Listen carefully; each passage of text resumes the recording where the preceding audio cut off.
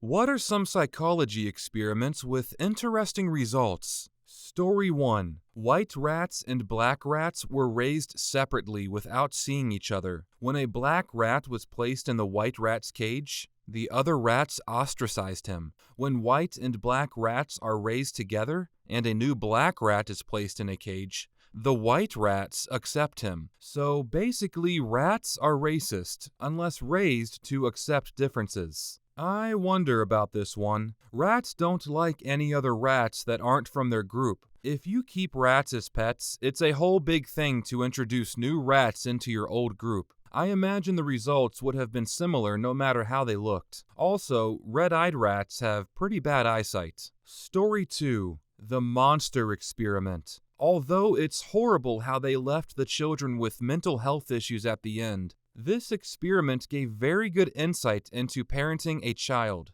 In this experiment, they took groups of orphaned children and separated them into 3 groups. One was the control. The second were told they had lisps and were doing bad. And the third was told that their speech was perfect. As the experiment went on, Group 2 began developing lisps after being berated constantly. They became shy and reserved. They were scared to speak because they didn't want to get in trouble because of their poor speaking skills. Group 3, however, had the exact opposite happen. They talked better. They were more willing to improve. They were encouraged to keep speaking and told that their speech was amazing and perfect. By the end of the experiment, they had one group with no change, one group with now mentally ill children with a speech impediment, and one group with great speaking skills. It truly shows that encouraging children is the way to go, and that verbal abuse can be just as, if not more,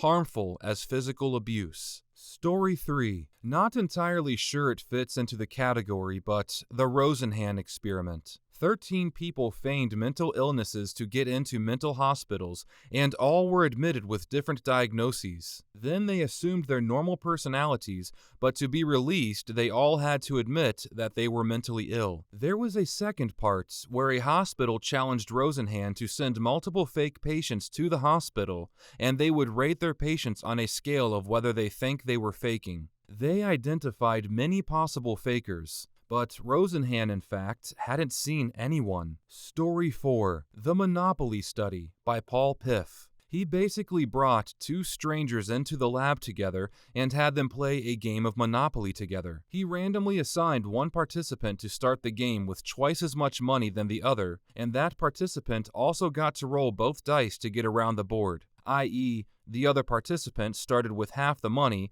and could only roll 1 dice. At the end of the game, when he asked the participant who started with more money why he won the game, they would chalk it up to their excellent strategy and gamesmanship, rather than the fact that they had started the game with way more resources. It says a lot about how we deal with being born into a privileged state. Story 5. The 3 Christs of Ypsilanti. Psychologists force 3 people who believe that they are Jesus Christ to live together. It does not go well. The psychologist, Milton Rokeach, had heard of a case where 2 women who believed that they were Mary, Mother of Christ, were forced to live together, and one of them broke free from their delusion. So he figured 3 Christs. What would happen? They were angry at each other, often had physical fights. They eventually started getting along by avoiding the topic. He would ask them about the others, and each would say that the others were crazy. That they, of course, were the real Jesus. No cures, some unethical stuff. Interesting, though. I was hoping to find this. The case study was in 1964, and they were all diagnosed with paranoid schizophrenia. They were all patients at Ypsilanti State Hospital, and while they didn't live together, they were in group therapy sessions. You can find the book on Amazon, and there was a movie adaptation as well. Story 6. If you stare into a dimly lit, i.e. candlelit, mirror for 10 plus minutes, you start to see hallucinations. What individuals see tends to vary, but they've used this as a test to simulate schizophrenia before because some see monsters, deformities, or general weird shit. I did a variation of it for a mate at uni and completely wimped out of it. After my face started not looking like my face anymore, I had a complete dissociation.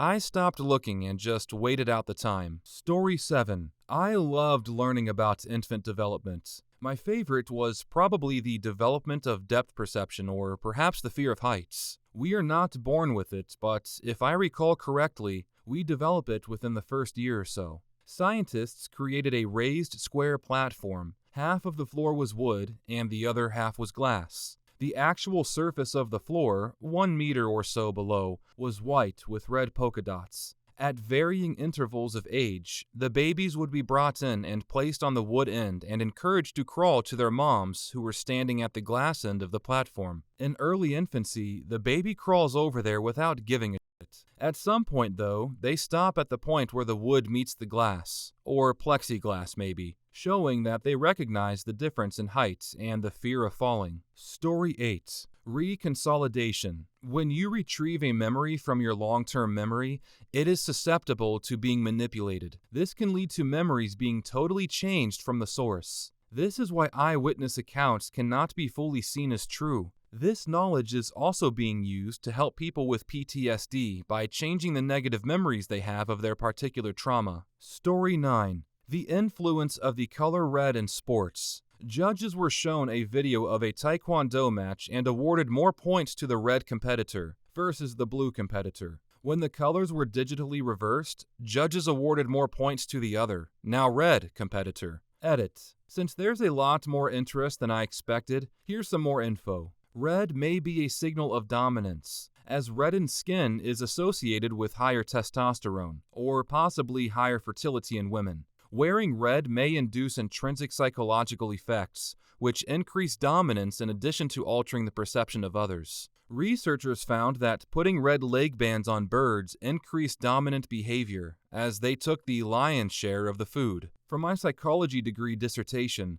I presented photos of men to be rated on a scale of friendly, 0, to threatening, 10. Men received a higher threat score if I photoshopped their t-shirt to be red. Story 10. There have been some experiments conducted, but the negativity effect and negativity bias is really sad to me. It basically says that negative things have a greater emotional and psychological toll on our health than positive or neutral things. So you got an A on a test. That's great. But you totally fail a test, and the world crumbles, and it's a total disaster. 100 things can go right and work perfectly throughout the day, but it goes totally undetected in our minds. Then someone cuts us off in traffic, and we fume and rage. I learned about this theory almost 3 years ago, and I think about it all the time. Reminds me to appreciate and notice the many little things in my day that do go right. Story 11. Mice were put on 2 sides of a wall with a door in it.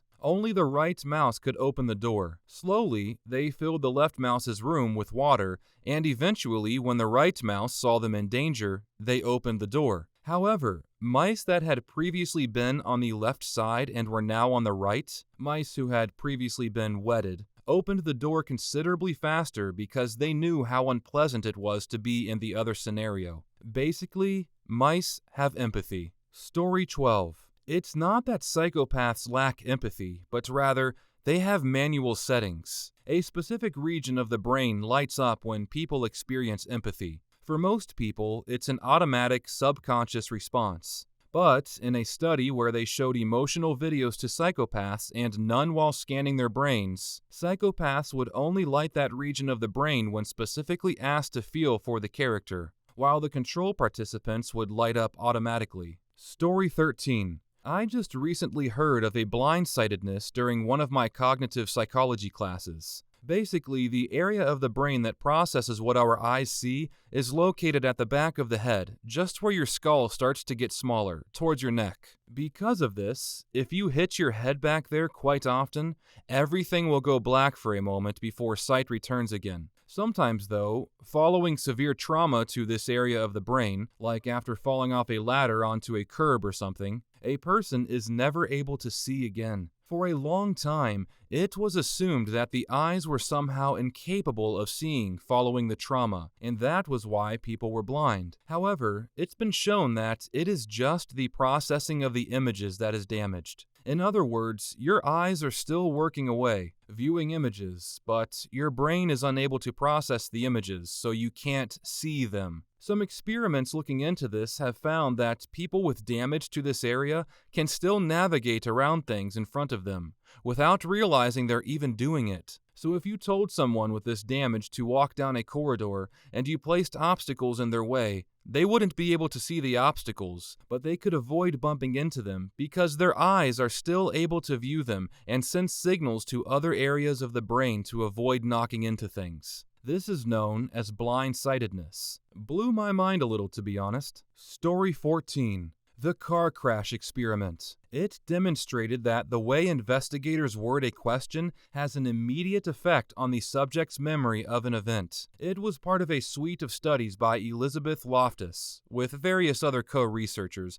that began to call into question the veracity of eyewitness accounts. Story 15. One time, I participated in a paid research experiment. I was basically tricked into thinking I was drunk. I was placed in a room with 2 other people, and we were instructed to drink vodka with cranberry juice over a period of time while we socialized. After we drank, I was placed in a room where I had to read some flashing words on a computer. I felt pretty drunk at this point. When the researcher came back into the room, he gave me my car keys and said I was never actually given any alcohol. He briefly told me that because I was anticipating drinking for this experiment, that my brain had tricked me into feeling the effects of being intoxicated. I immediately snapped out of it and was completely amazed at how I felt. Story 16. Solomon Ash's experiment on conformity. He set up a test wherein he would show 3 lines of different lengths to 5 or 6 individuals, I forgot the exact number,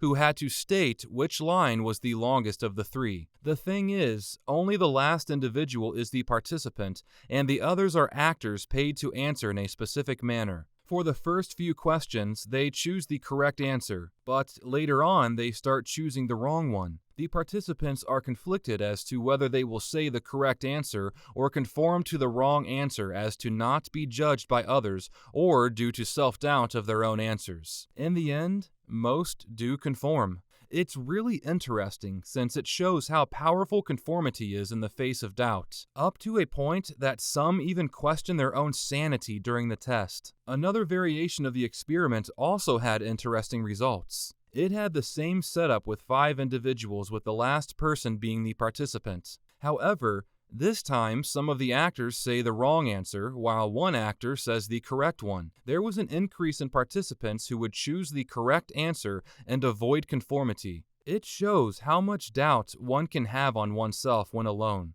but be brought back to self-confidence when they find outside support. Story 17. Aaron and Dutton, 1974. Misattribution of arousal. Men who had just walked across bridges, either steady or unsteady, were approached by a female psychology student posing to do a project on the effects of exposure to scenic attractions on creative expression. The men had to complete a questionnaire and write a short dramatic story about a picture she provided, and she gave them her phone number if they had more questions. Men who walked across the shaky bridge were more likely to call her up because they misattributed the arousal from the bridge to the woman. Story 18. The Dunning-Kruger effect is one of my favorites. Basically, people with less expertise in a field will overestimate their abilities in the given field because they don't know enough to see the limits of their expertise. At the same time, experts tend to underestimate their abilities because they know too well what they don't know. The phenomenon has, among other factors, been linked to anti-vaxxers, who overestimate their expertise, not seeing what they don't know, with dire consequences. Story 19. Split brain studies. One example. By providing differing information to each hemisphere of the brain in split brain individuals, those with a severed corpus callosum, meaning there's no communication between the 2 hemispheres, they found that people would actually physically grab their own hand with their other hand if they saw it making a mistake. Basically, each side of the brain controls one side of your body, and in split brain people, you can actually make both sides display a disagreement with the other, which is insane if you think about it. Story 20. Research on learned helplessness is fascinating. Researchers would put dogs into shuttle boxes, long cage-like structures that the dog could move around in, and would shock the dog through the floor on one side of the box. The dog, at first, could easily escape the shock by moving to the other side of the box. Eventually, the researcher adds a wall so the dog can't escape the shocks. It just sits there, being shocked without escape. Through this, the dog learns helplessness over repeated trials and extended periods of time. Even when the wall is taken down, the dog won't walk to the other side and avoid the shocks anymore. It has become so used to the pain that it doesn't even try to escape when escape would be easy. This research has been used to explain certain aspects of human behavior, especially related to repeated experiences of abuse, addiction, and poverty. It takes a long time to get somebody out of this mindset, and is possibly one of the reasons why people get stuck in terrible situations. Story 21. We make snap decisions even seconds before we think we do. The decision is made by other parts of your brain leaving your prefrontal cortex, the part of your brain you used to think, to rationalize the decision. So you don't decide anything based on rational thought. You just try to explain your decision after it has already been made. Story 22. The elevator groupthink study. Very amusing and sad at the same time. The experiment involved several actors entering an elevator with an oblivious participant. They then begin to perform a series of odd behaviors, such as they all stood facing the rear of the elevator. Inevitably, everyone else who got on ended up also facing the rear so as to not stand out from the rest. The study demonstrates how easily people succumb to group pressure to behave in a certain way. Story 23. Research into where morality comes from. They asked people taboo questions, like, a brother and sister are alone in a cabin in the woods one night. They are both over 18 and decide to make love once, as they think it will strengthen their relationship. The sister is on birth control and the brother wears a condom just to be safe. Is this act wrong? Or another question was, a woman is cleaning her house and has no rags, so she finds an old American flag, tears it up, and uses it to clean her house. Is this act wrong? They created stories like this to give an initial reaction of disgust. They would then ask the participants to explain their answers. Most people couldn't give a good answer, only saying, yeah, it feels wrong. They then went further and the interviewer would try their best to change the participant's mind, saying things like, well, no one saw and no one got hurt, etc. But participants wouldn't change their original response. The conclusion was that people make intuitive, emotional, split-second decisions all the time, and the reasoning, logical portion of the brain tries its best to explain the decision, but cannot change the initial decision. See The Righteous Mind by Jonathan Haidt. Story 24. I saw an experiment where people were subjected to boredom, empty room with absolutely nothing to do, except for a small device that releases painful electric shock when pressed. People would bear a few minutes of boredom, but then they start shocking themselves because they would rather feel pain than intense boredom. Story 25. Subjects were tested for introvert versus extrovert personality types. Prediction was that when placed in a sensory deprivation chamber,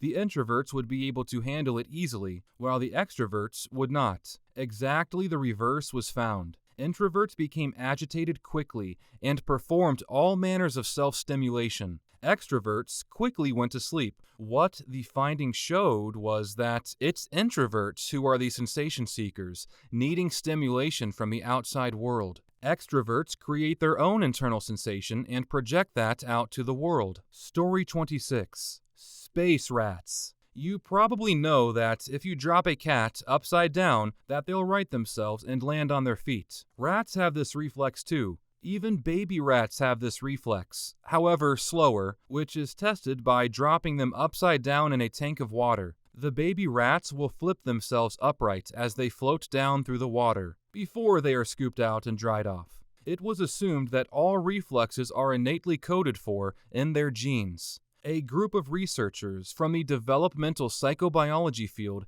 didn't believe in this idea of innate reflexes. They believe that reflexes are learned through non-obvious experience. The researchers took a newly pregnant rat and sent her into space. The rat gestated the babies in space and was brought back to Earth just before giving birth. The baby rats were born on Earth in the lab. When the baby space rats were tested for the righting reflex, they didn't show it. They just floated through the water like they didn't know which way was down. Because the baby rats didn't have experience with gravity in utero, they didn't learn about gravity and did not develop the innate reflex. Therefore, other reflexes may just be as experience-driven as this one. Story 27. The pratfall effect. In essence, if you are considered highly competent, you become more likable after a small mistake. The classic example, and what happened in the initial experiment, involved people spilling coffee during an interview to be a contestant on a show.